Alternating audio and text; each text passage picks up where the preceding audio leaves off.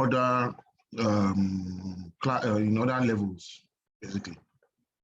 So let us start. The first topic we'll be talking about is what we call political marketing.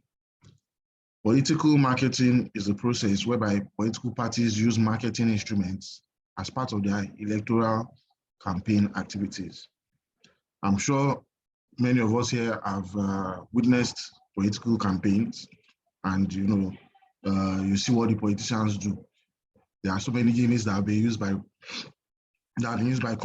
politicians throughout the history of time. I'm sure many of us remember all those times when politicians would go and eat corn on the road. It's all part of their marketing, so that it seems as if they are down to earth and they are going to be reachable by the time they become whatever it is that they are campaigning for. So there's a lot of marketing that goes on in politics. It's not just coming out to do debates and telling people, oh, I know the best. Yes, I know the best, but without the proper marketing, people just won't follow you. So there are many functions that marketing takes. That marketing plays in politics. The first one is product function, where you are doing so many polls, you are finding out do people like you, you are looking at how you are changing the political horizon, how it's changing. Excuse me. Are more people converting to your side, or is your opponent gaining more of the popularity? It's also about assessing the candidate, making sure that the candidate seems, that the candidate seems like the kind of person that should be taking that position. Packaging of the candidates, basically. I remember back then when Atiku, wanted to run on APC. Remember when Tinubu swore up and down that Atiku is done a thief, or that he, well, with all due respect, they tried to package him at that time when he was running with APC.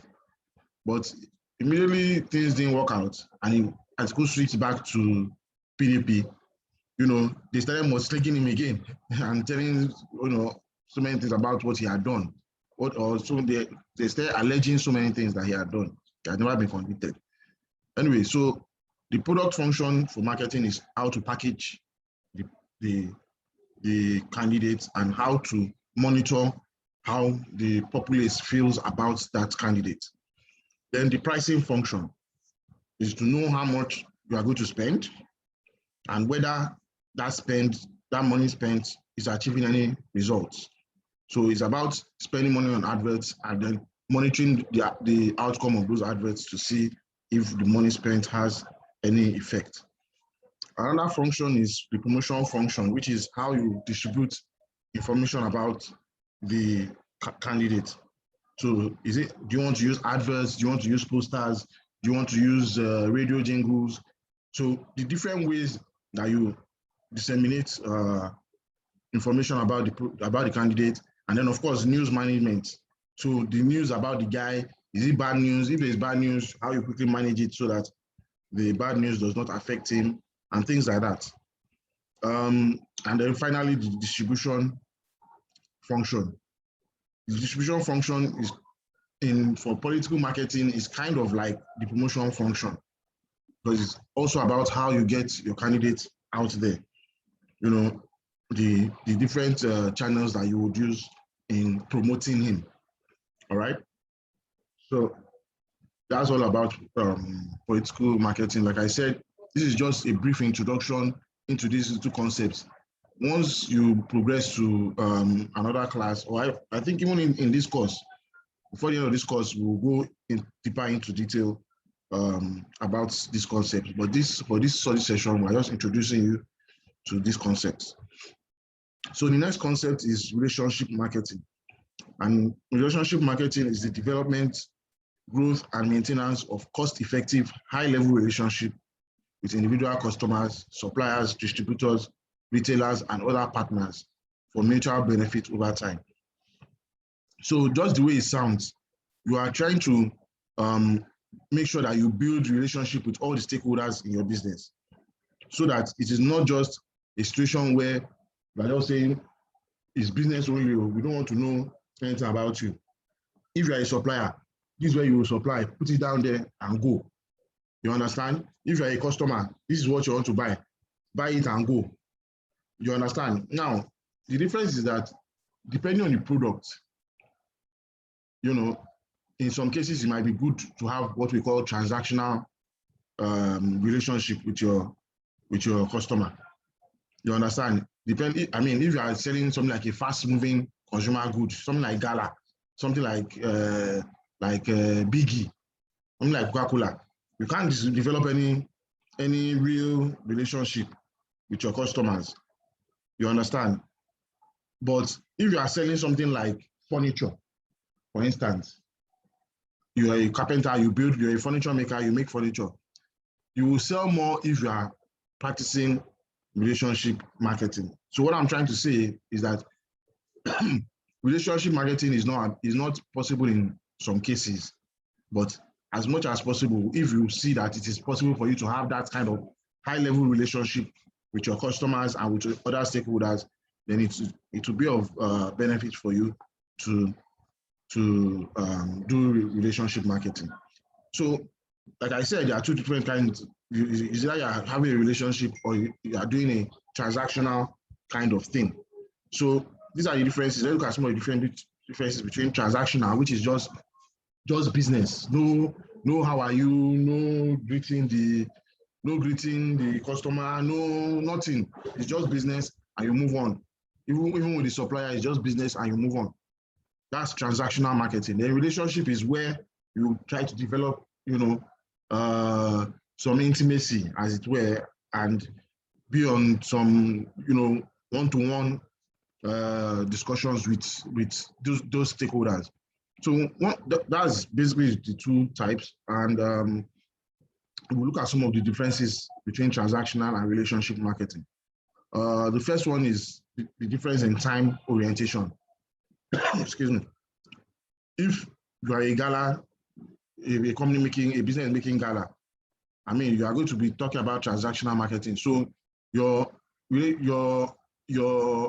relations with the stakeholder is largely short term. You are not developing any.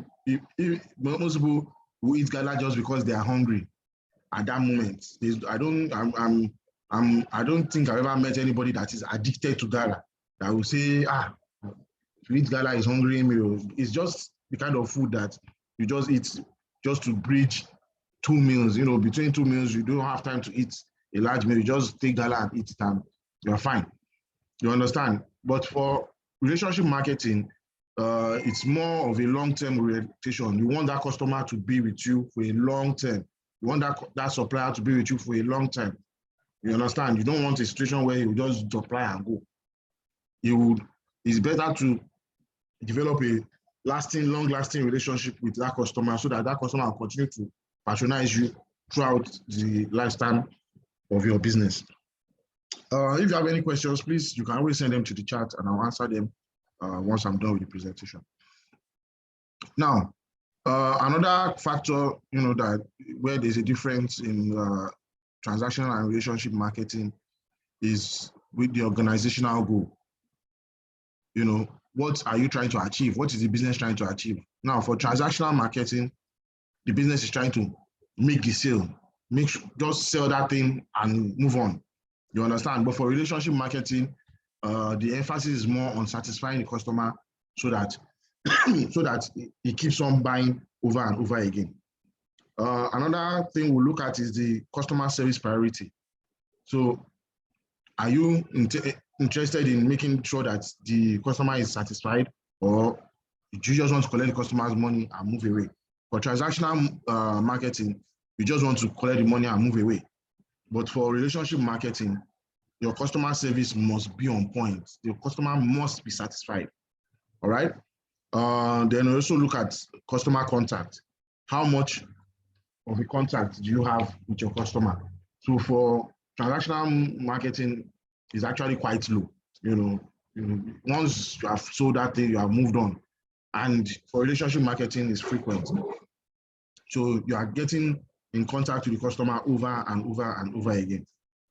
So we also look at the degree of customer commitment. For transactional marketing is low, for relationship marketing is high, and the basis for seller-consumer interactions. So what happens that makes you and your customer relate?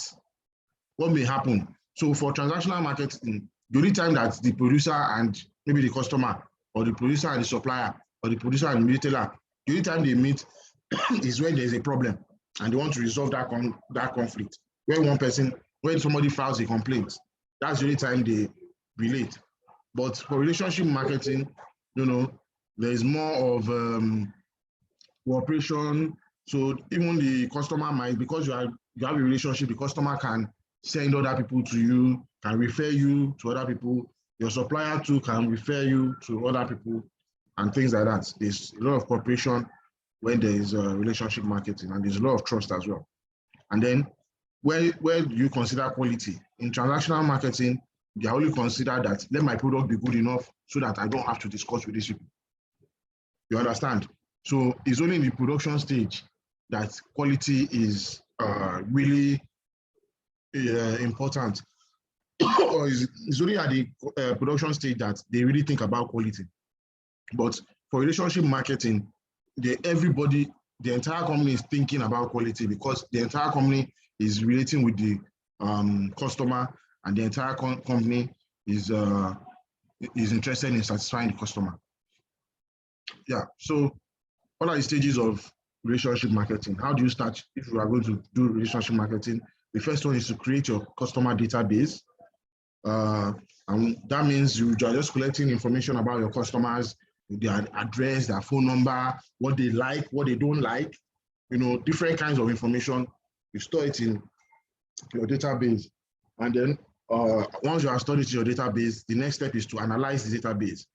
Because the reason why you're analyzing it is that so that you can know, if a lot of your customers don't like a particular thing, then you know that you need to make sure that your product doesn't have that. Or if a lot of your customers like a particular thing, then it's insight on how to improve your product. And analysis of your database will also help you know which market segments you need to target and things like that. If most of your customers are within the age of 18 and 18 and 25, for instance, then that tells you that that's your target market, and you can apply your marketing activities or your promotional activities towards that age group. Then the next step is to monitor the relationship. You need to now put in time to make sure that, okay, have a plan in place. That, okay, how are we going to carry out this relationship? Does it entail, every month greeting the person happy new month? Or does it entail when the customer's birthday comes up, you send a message to the customer to let the customer know that you are thinking of them on their birthday? So it's your plan. You have to plan a way that you will carry out the relationship. And then the next one is that once your plan is working, you develop a closeness with the customer, and you and the customer become,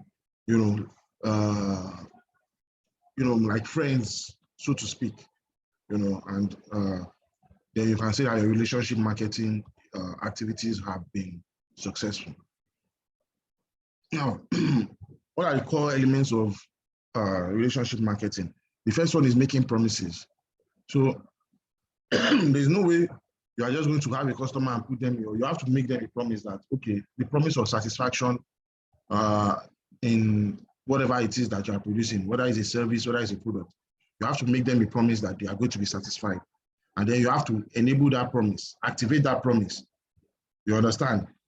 You have to make sure that the customer knows in their mind that, okay, I've already started this service. So by enabling the promise, you have started the service, or you have delivered the service, or you have delivered the product.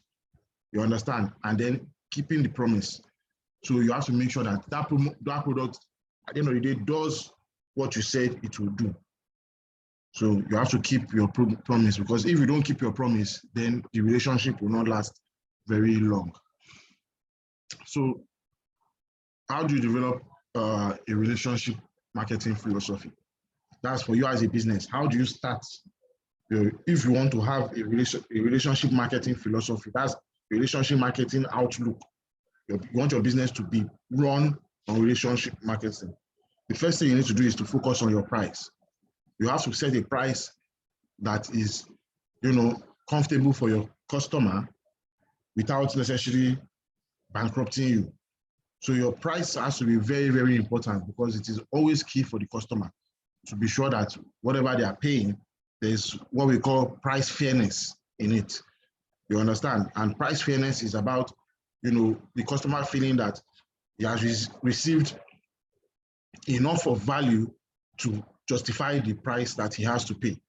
So that's what we call price fairness. So if you are going to develop a relationship marketing philosophy, the first step is to focus on your product. Who is this person that is drawing on the... Anyway, so the next thing that you should focus on is social interactions. How active are you socially? How are you reaching out to your customers? How are you, relating to them? How are you communicating with them? Is it just once a month, or is it something that you communicate with your customers regularly, or is it just one message a year and then you move on? You understand? So definitely, if you want to carry out relationship marketing, you have to make sure that, or you want to give your business that relationship marketing, excuse me, focus, you have to make sure that you increase the amount of social interactions that you are having with your customers and with your stakeholders, basically. And then the last thing that we look at is interdependence partnership. So what that means is that the relationship must be mutually beneficial. The customer is getting, a service from you, and you are also gaining money from the customer. But it should not just be about money. It should be about delivering value, making sure that the customer gets so much value from you that he continues to come back. And also, relationship marketing, let me just say at this point, is not only just about the customer. It's also about everybody. Remember, we said it could be about your suppliers, it could be about your retailers, it could be about even the government around you, It could be about even your neighbors around you. It's an encompassing thing that makes sure that that your business is being seen in the best light possible. So you have to make sure that you develop partnerships and maintain those partnerships. All right. So how do we build relationship marketing strategies? The first way is to understand the customer's needs. That's the first step. If you are going to be a successful relationship manager, you have to understand what the customer needs. And the only way to understand what the customer needs is by relating with them, asking questions, which brings us to the next step, obtain feedback. So after the sales, you have been able to understand what the customer needs, and you have been able to sell to the customer. You need to get feedback. You need to, I'm sure some of us, okay, like for instance, now we're using Zoom. After the meeting, you will immediately see a small questionnaire, just a one question questionnaire that will come up, excuse me, that will come up and ask you, how was your call? How was your meeting? And then you will just see some stars, and you can just say, oh, it was 1 star, or it was 4 stars, or whatever. You understand? What they are doing there is that they're trying to build a relationship. Like you will feel that, oh, they are worried about whether I had a good meeting. But what they're just trying to do is they're just trying to obtain feedback. They've been able to give you the service, you've used the service, they'll get feedback. So if you say it was 1 star, and you keep saying 1 star, 1 star, 1 star, then they will look at your location and say, okay, people in this location, maybe it's internet issues, maybe it is weather or whatever. And they will see how they can improve on that to make sure that you can start voting 4 stars or 5 stars. So they will obtain, the second strategy is to obtain feedback. Make sure that you always get feedback from your customer. The third strategy is to supply technical support. Now, in some cases, you might go out and probably buy some furniture, and they deliver the furniture to your house, and the furniture is in several pieces, and you don't know how to arrange it. So a company that has a relationship marketing outlook would have sent somebody over to come and help you set it up so that you can begin to use it. So what I mean by supplying technical support. And then you are already using a product, something goes wrong, it doesn't work well again, you call the company, they'll send somebody to come and repair it.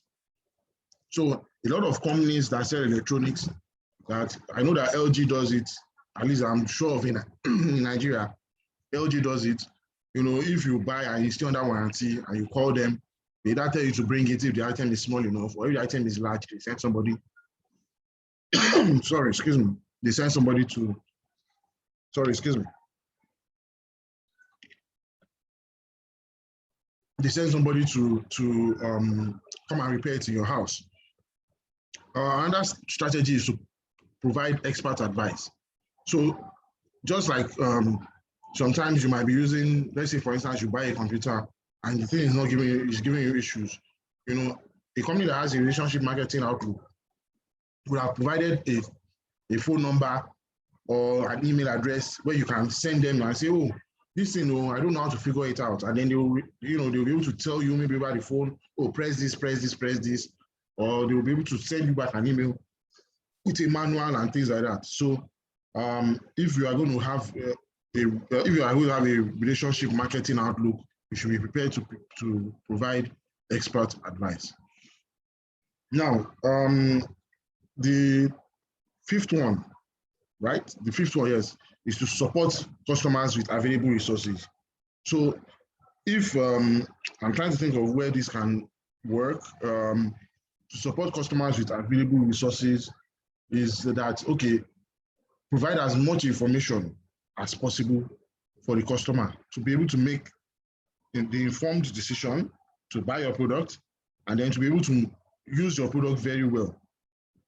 You understand? And okay, for instance, if you look at something like Seaway, their business when they started was the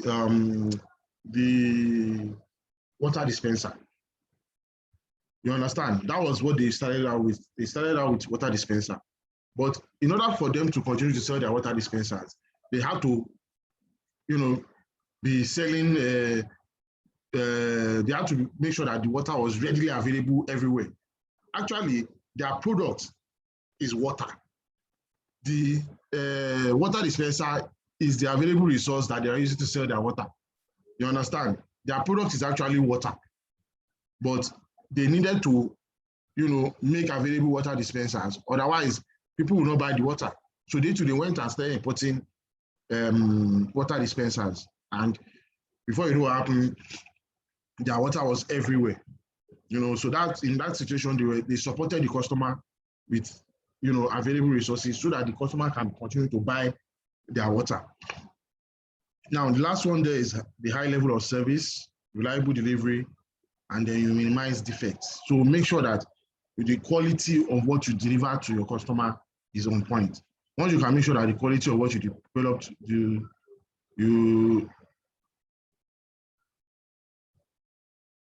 once you can develop the quality of what you want them to once you can deliver the quality that the customer is looking for, you will be fine. I'm sorry, I was looking at your charts to see if there are any questions that you want me to ask. There's no attendance here. I don't understand why people are sending. Please, there's no need to send your matric number. Okay, please, there's no need to send your matric number. We're not taking attendance in this class. All right. So the next thing we're going to look at is what we call database marketing. Now, database marketing is quite close to relationship marketing. Database marketing is a systematic collection of relevant information about customers or prospects with a view to improving or enhancing marketing efforts or evaluating new markets as well as the potential of new products. So database marketing, where it is similar to relationship marketing, is that database marketing is also collecting information about the customer. You understand? But the slight difference is that while it's collecting customer information about the customers, so the customers are good already buying the product, it's also collecting information about prospects. Prospects are people that you are hoping to buy the product, but have not yet bought. You understand? So it's collecting, database marketing is collecting both kinds of information, and what it's using it for is, basically to improve their products. To improve their product or to make their products ready for new markets or potential markets. All right. So the kind of things they collect in database marketing is historical data. So, what has been the past transaction, what has been bought before, how many were bought, in what location was it bought, things like that. That's what we call historical data, things that have happened in the past that is not, that you can use to know, how many to produce, because if you know how many people are buying, then you can know how many you need to produce. So you're also collecting predictive data, so targeting information, where the people, your target segment, to even determine what your target segment is, and then information about your target segment, where they're located, what's their spending power, things like that. They're also collecting social data, which is, demographics, the age, the religion in the area, the marital status, things like that. So you're just collecting all that because it helps you at the end of the day to make the necessary decisions. So why is database marketing important? It's important because it improves customer relations. So it helps you to, because you're collecting data from the customers, so there's some form of customer service there, because you are, you're having relations. So it improves your customer relations. It's important in evaluating and distinction or in evaluating customer value. So basically, you can know how much your customer is going to be willing to spend. So it helps you make pricing decisions and things like that. It helps with better customer service. That's the same as the first one. It helps in efficient selection of target markets. Yes, because you are going to know, by the time you collect all that data and you do your database analysis, you will know who your target market should be, and you will know how to find them. It's also used to calculate customers' lifetime value. So how long will the customer spend? Is the customer likely to spend with you? If your target market, for instance, is between the age of 16 and 24, you know that that's 8 years. So if you are able to catch the customer when the customer is 16, you know that customer's lifetime value is 8 years. Now, you have to find what you use to make sure that that customer does not leave you in that 8 years. Now, if you get the person at the age of 22, you know that that customer's lifetime value is only 2 years. You understand? So you will now consider, okay, should I spend more of my money on this guy or the guy that has 8 years? You understand? So depending on the kind of resources you have, then you can now look at, okay, this is the best place to spend my money. The guy that has 8 years outstanding. You understand? It's also used to evaluate diverse propensities indicators. So what we mean by this is that in some instances, your target market, you might have more than one target market. You might have, I'm trying to think of a product that's, okay, that has more than one target market.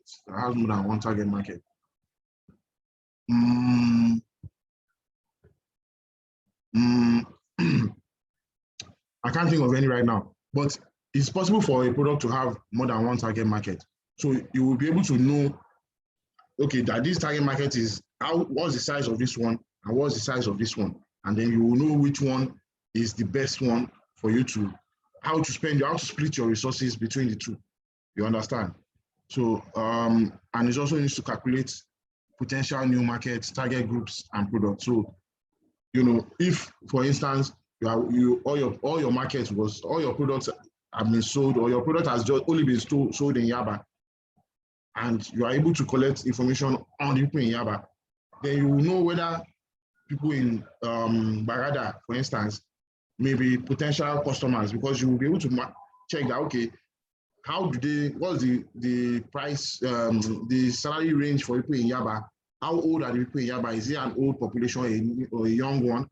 For instance, you'll be able to tell that somewhere like Ikoyi is an older population, but somewhere like Lekki is a younger population. So, depending on where your target market is, you'll be able to know, okay, should I venture into Ikoyi?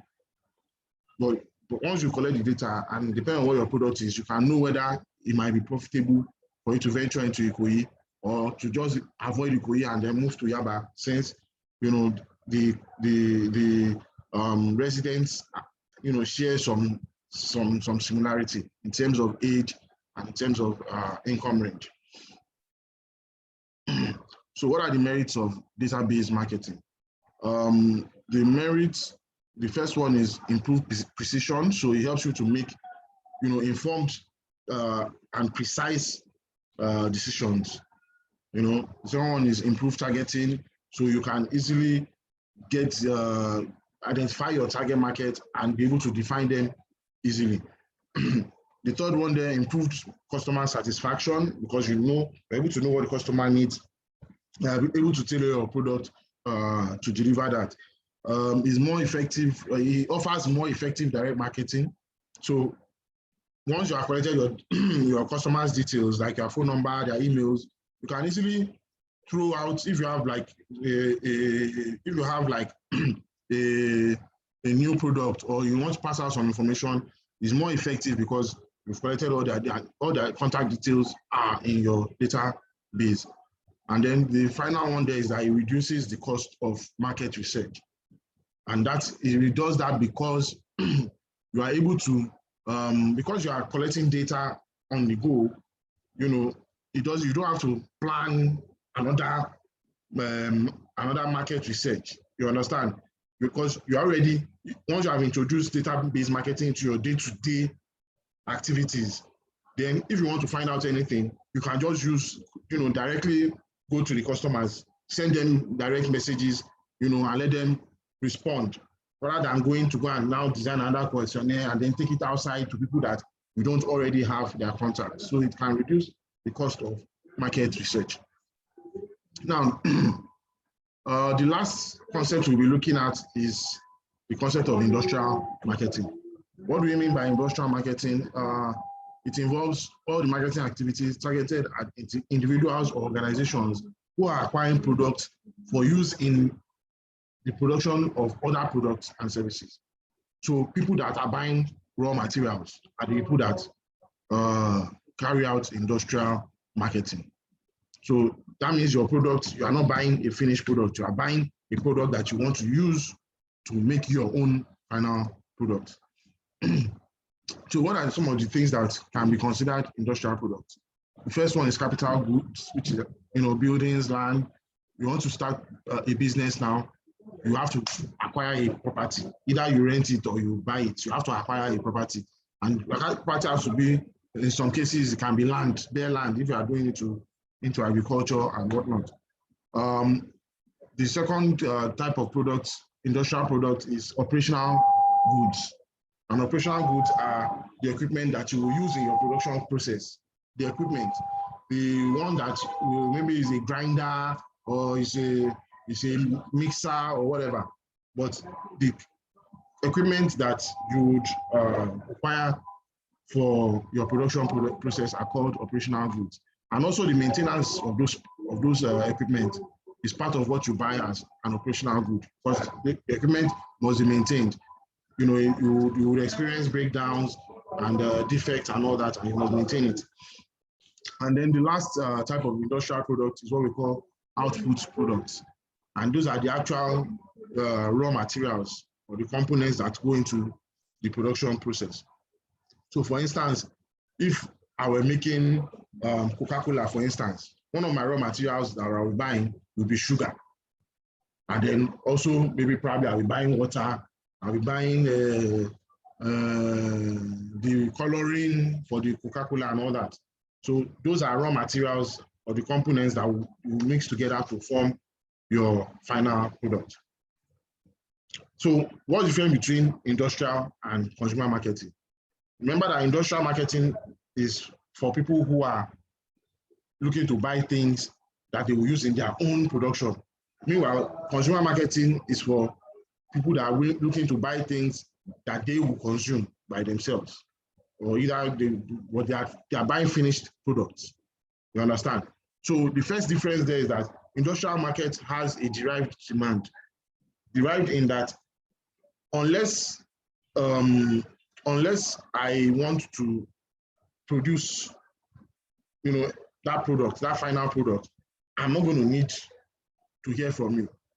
You understand? If I'm not in the market for production, I'm not going to need to hear from whoever is marketing any industrial product. You understand? Meanwhile, as a consumer, because it's a finished product, whether you are interested or not, you will hear. Whether you are interested or not, you will most likely see the communication for the finished product. Meanwhile, if you are not, for instance, if you are not a producer of Coca-Cola, people that you might not, or no, let's not use Coca-Cola. Let's say if you are not, for instance, a baker, you might not see the advert for yeast ever in your life, or you may not see it consistently. But a baker will consistently see the adverts for yeast. She would even look for it. You understand? But you, as a consumer that doesn't bake cakes, you might never see that marketing effort. It might never reach your side at all. That's what we mean by when we say that industrial marketing is a derived demand. It's something that you have to need it before you see the information. Whereas for consumer marketing, whether you need it or not, you will see it. You understand? We all see the adverts for Coke, whether we drink Coke or not. We all see the adverts for cigarettes, whether we smoke or not. You understand? So another difference is that industrial purchasing is more complex. There are ways, there are steps that you have to go through. You don't just go out and, because you are, you have the cash on your hand, that then you now just go out and you will see what you want to buy. In some cases, there are processes, and we'll still look at some of those processes now. Meanwhile, for consumer marketing, there's little or no process. Go there, whatever you want to buy, you buy it and go. You understand? Another difference is that funding in industrial marketing is organizational based. So the money is coming from an organization. Even if you're an individual and you're a one-man business, you are still considered an organization.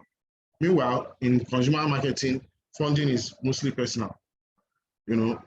And then the final one there is that purchase is always made on rational decision in industrial marketing.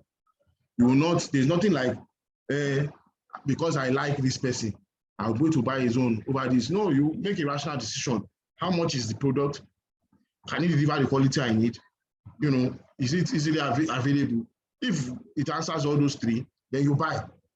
You don't care about, this one is my friend. No. It's not like that in industrial marketing. You buy what will reduce your cost so that you can maximize your profit. So who are the people that buy industrial products? Number one, the manufacturers. We also have intermediates, people that repackage and resell. For instance, this COVID-19 issues, global, the pandemic, created some intermediate producers. All these people that will buy a box of nose masks, they buy a box of nose masks, and they buy nylon. You now repackage it 1-1 or 5-5 or 10-10, and then they will resell and make a profit. In that situation, that box of nose masks and that nylon are raw materials for them, and they are producers, and they are selling. And the final person that buys industrial products is government. The government buys a lot of industrial products because the government is interested in creating infrastructure and whatnot. So they are buying tar for roads, they are buying equipment, there are different kinds of things. The government buys a lot of industrial products. And for the government, when the government wants to buy their industrial products, there's a way they buy it. There are different ways they take their decision. The first one is open tendering. Open tendering is where they will just, advertise. Generally, anybody can advertise. Maybe can apply. That okay, there's this contract I want to supply. So if they are supplying generic things like they want to supply paper to government offices, so they can just do an open tender that okay, anybody that is selling paper and can sell it to us at a price that will pay us, go and apply, and then we'll pick somebody who maybe the person that we feel is the best, maybe he's giving us the best price, or he's giving us the best quality or whatnot. So that's open tendering. It's open to everybody. Then we have selective tendering, and that is where you would say, okay, you only want people that have, a minimum capital base of 100 million naira, so that we know that if anything goes wrong, we'll be able to hold you. So selective is where you declare one or two conditions for people who are applying. You understand that before you apply, your business must be maybe like 5 years old or something like that. Or you must have a capital base of 100 million, for instance. So anybody that doesn't have that, is immediately disqualified, doesn't need to bother to apply. And then the last one we have is what we call private contracting. That one is usually done when the project is very specialized. You understand? Where there are only very few people who can handle it. So in that situation, it's more of you contacting the person because it's probably the only person that can do it in the country. You understand? So you will just go directly to that person and say, oh, we want to do this. We know it's only you that can do it. Can you do it for us? And the people will negotiate terms and the person will start the job. So once you have made your decision, there are ways that the decision can be awarded. The first one is automatic award. That automatic award usually is paired with, where you have the private contracting. You know that this is the only person that can do it. So is automatically awarded to that person. Then we also have discretionary award, which is where, you are able to say, out of this people, I think I like this guy's face. Yeah, because I like your face, take the work. And the award is given to the person. It's completely discretionary. Whoever the person is that is paying the money is just giving it to whoever he wants.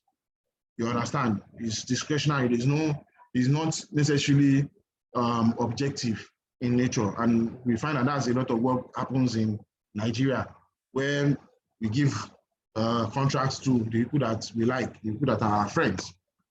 All right? And then the last one there is a negotiated award.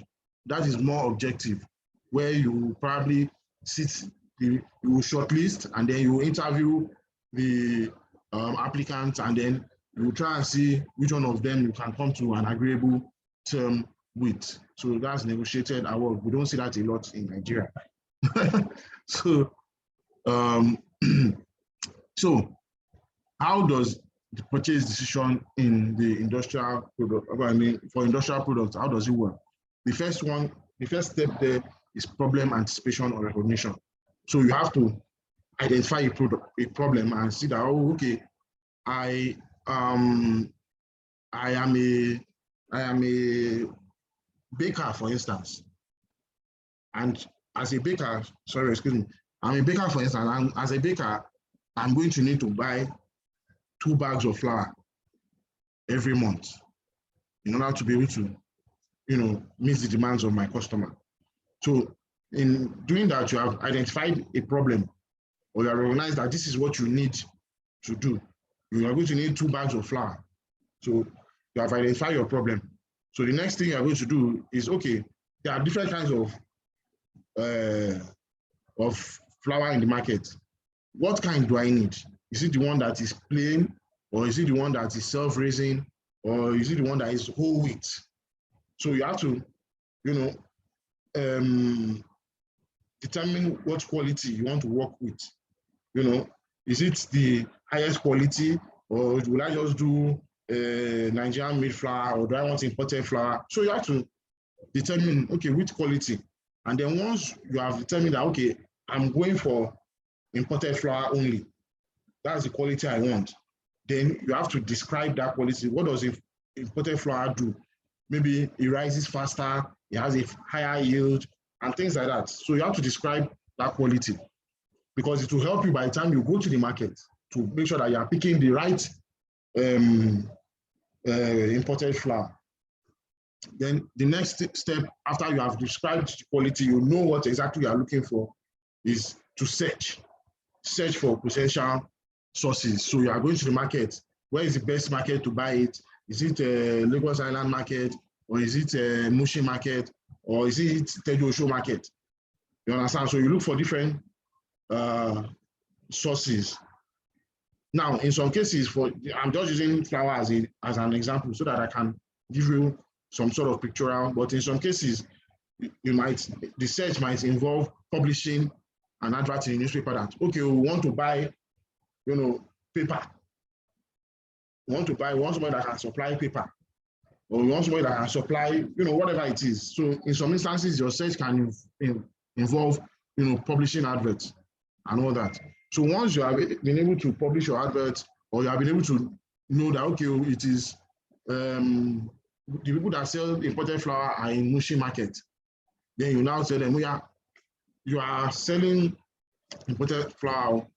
Let me know how much you want to sell your own. How much you want to sell your own. How much you want to sell your own. So you will get different proposals, different quotations, and then you analyze them. This one, you want to sell his own 1,000 naira. This one sell his own 1,2. This one sell his own 1,5. But this one's own is of higher kg than this one. So does it make sense to buy higher kg at 1,5 or buy, a lower kg, a lower weight at 1,000? So you get your proposals and you analyze them, and then you go to the next step. You select, okay, this one is the one that makes sense. This will be my supplier. So once you select your supplier, then you let your supplier know that, okay, this is how often you'll be supplying me. That flour, I need 2 bags in a month. So every 2 months, every month, just bring 2 bags down here. You understand? So once you have selected your order routine, it usually doesn't change except if your business is growing or if your business is changing. So if it's changing, then you can now change your order routine. But if your business is maintaining the same level, you don't go back to that. It's usually an automatic process once you have selected a supplier. And then the last step is to now, evaluate whether the supplier is meeting what you need. Is what is supplying, is it of good quality? Is it the quality that I saw in the first place that I'm continuing to see? Is he delivering it on time? Is he, so there are different things that would make up performance, but you need to evaluate supplier's performance, and then if necessary, give him feedback. This is where you can do better, or, oh, don't worry, I'm satisfied. So those are the stages involved in the process of ordering, of purchasing industrial products.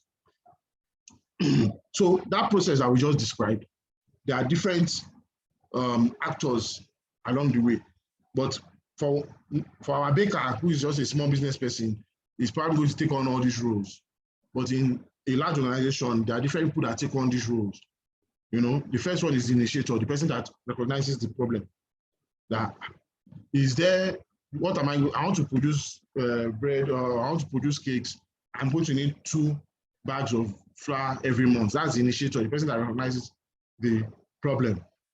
The next role there is the gatekeeper. The gatekeeper is usually the person who will now say, do we really need it or do we not? So the gatekeeper is that person that the initiator will report to, that I did what I need to. You understand? So that's usually maybe the admin manager or whatnot. It's the person that the initiator, who is probably the operations person, maybe the operations manager, will report to the admin manager that this is what I need to be able to carry out my operations. You understand? So the admin manager will now take the matter to the top management that this is what they said they need to, and then there will now be somebody on that in the top management who we call the influencer, who will now, now argue for or against that request. That, this thing, I think we really need it, or we don't really need it. You understand? So that's the person on management level that, and in some cases, the gatekeeper and the influencer might be the same person. Anyway, so once they make the argument for or against the request, if then there's somebody that will now say, okay, yes, let's buy this thing. That's the decider. You understand? He's the person that will say, we must buy this, it's okay for our business. So once he takes that decision, then it moves to the purchaser, who is the person who is actually going to go and carry out that process that we just described. Who is the person that will now go and look for, will determine the quality, will describe the quality, will search for supply, for source, and get quotations and do all that. So that's the person who we call the purchaser. And then the last person there, or the last role there is the user, who is probably the initiator, who gets to use whatever product is bought. So like I said, in a small business or in a small production outfit, all these roles may be played by one person. They may be played by one person. But in a larger one, they may have different people. The initiator may be, like I said, the operation manager, the gatekeeper, admin manager, the influencer are members of the board. The decider is the MD. The purchaser is usually maybe the HR or the purchase department, and then the user is probably the floor staff, the people that actually carry out the production. So that brings us to the end of this presentation. Thank you very much for listening. I will check the chat now for any questions, and I will answer them.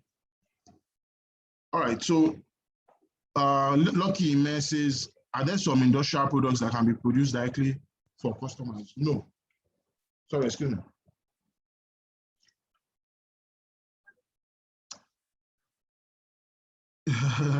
No, there's no industrial. The idea behind industrial products is that they are going to be used for another production. If it's not going to be used for another production, then it is not an industrial product. But in some cases, now, I think I understand your question. In some cases, there are consumer products that go back into, that can be used as raw materials. I gave an example of nose masks. Nose masks they are finished products.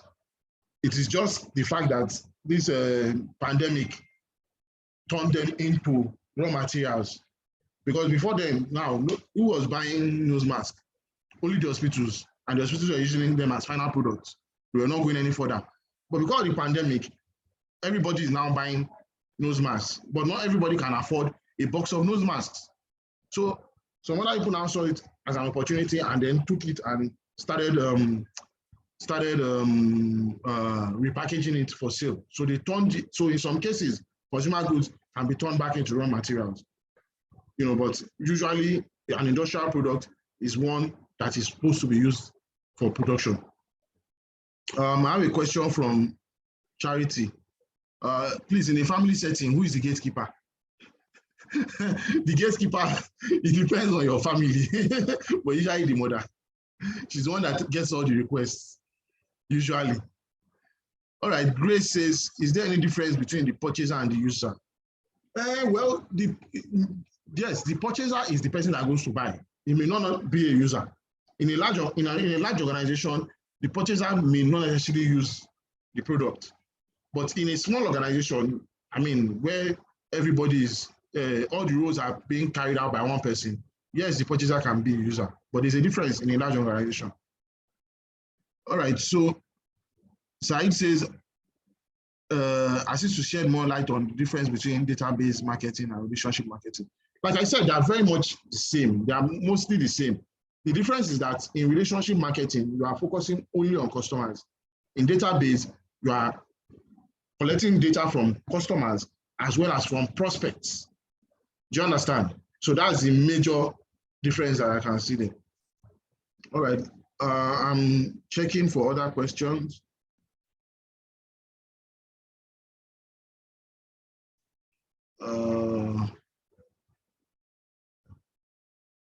All right, I've seen one that has happened. Okay, so Lucky Ime says, relationship marketing, does it cut across all the various channels of distribution or a particular? Oh, it cuts across. Relationship marketing is about making sure that you have a relationship with every stakeholder in your business, whether it's the customer, whether it's the government, whether it's the supplier, the distributor, the retailer, all of them. You must make sure that you have a good relationship with all of them. So I think I've finished all the questions. Are there any other questions? Please, if there are any other questions, send them to the chat now.